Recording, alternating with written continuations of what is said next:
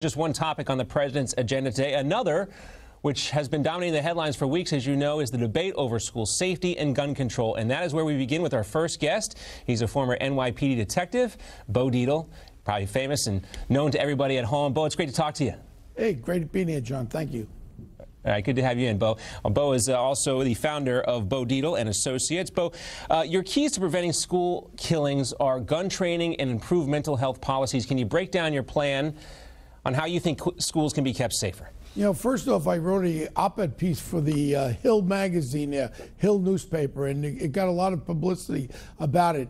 I've been in the security business. I'm a retired New York City detective for the last 34 years. That's what we do. We do security assessments. You know, as far as the technology and what we have available immediately, it's all there. It's not rocket science, and I hate to politicize what's going on right now with the NRA back and forth.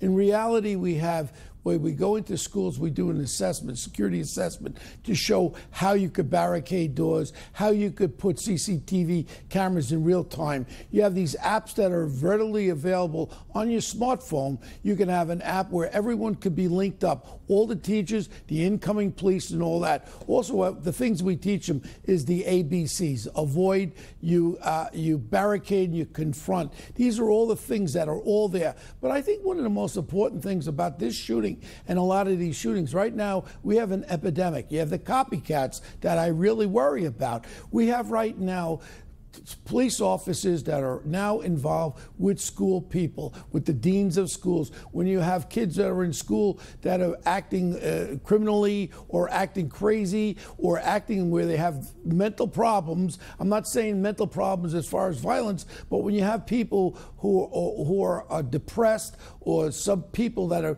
really having problems with their family and all that, this comes out in the school. You have police departments, the local police departments, they have to effectively deal with these kids right now, because when they're bipolar and they get into this depression, they're liable to do anything. We have police officers. Bo, it's a lot. It's asking a lot from police officers to try and be mental health counselors on top of everything else they're having to do. But if you have 39 calls to a house where you have domestic violence, me as a police officer, retired, right now, if my wife was to call and say that I'm screaming and yelling, I'm acting abusive to her, you know the first thing they do? They remove my guns. They take my guns away from me. In reality, if you have young men who have guns in their house, or if they have guns in that house, we should have the ability to go before a judge or magistrate to get a warrant and get the guns out of the house.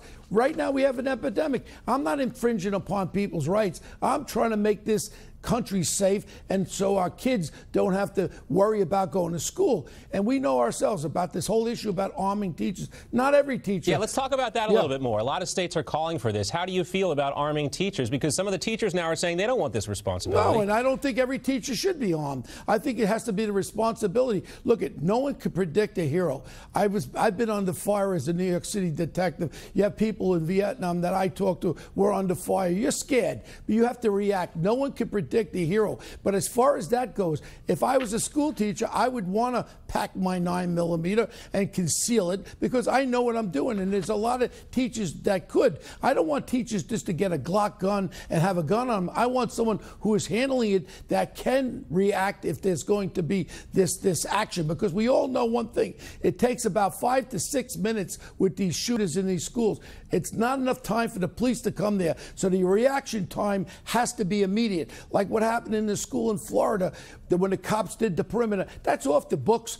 Since Columbine and these terrorist attacks, we know one thing. When you have an active shooter, they're trying to get body count. You've got to get in there. You've got to stop that shooter immediately. I don't care if you got to hit him with a chair, whatever you got to do, you've got to stop him. You can't wait outside. All it'll do is just run through his bullets. As far as arming teachers with guns, if you have good qualification and you have good training, I fully support it. It's not psychopath teachers that are crazy. No, people with law enforcement background or background in the military, people that can go and train and be ready to do and protect these kids. We have too many teachers that put their bodies out and they had no other weapons and they've taken bullets and died protecting those kids. My daughter's a school teacher in New York City. She would protect her kids with her body.